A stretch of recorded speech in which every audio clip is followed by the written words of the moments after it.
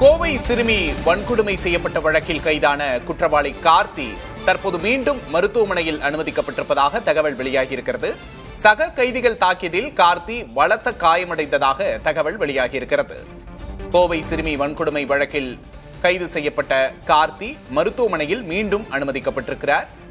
கோவை மத்திய சிறையில் நேற்று முன்தினம் அடைக்கப்பட்ட கார்த்தியை சக கைதிகள் தாக்கியதாக தகவல் வெளியாகியிருக்கிறது.